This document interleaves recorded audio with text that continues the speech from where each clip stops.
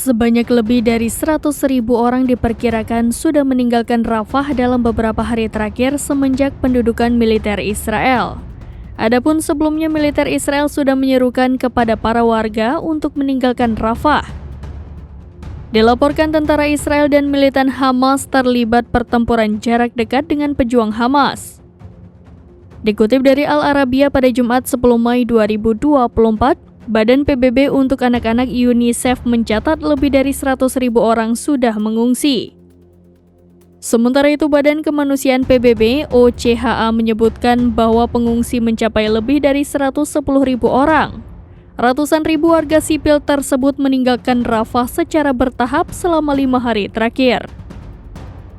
Kepala Subkantor OCHA di Gaza, Georgios Petropoulos mengatakan, situasi di Palestina yang terkepung telah mencapai tingkat darurat yang belum pernah terjadi sebelumnya. Adapun negara-negara di dunia termasuk sekutu Israel, Amerika Serikat menentang aksi invasi Israel ke Rafah. Dikhawatirkan jumlah korban sipil akan membengkak dengan adanya serangan darat ke Rafah. Terlebih, kawasan Rafah menjadi jalur utama penyaluran bantuan kemanusiaan dan jalur masuk menuju Gaza.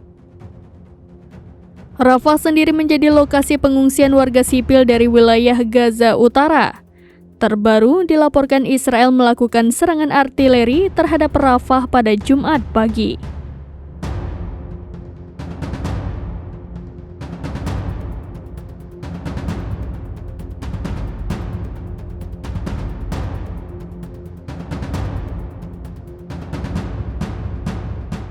Download Tribun X sekarang. Menghadirkan lokal menjadi Indonesia.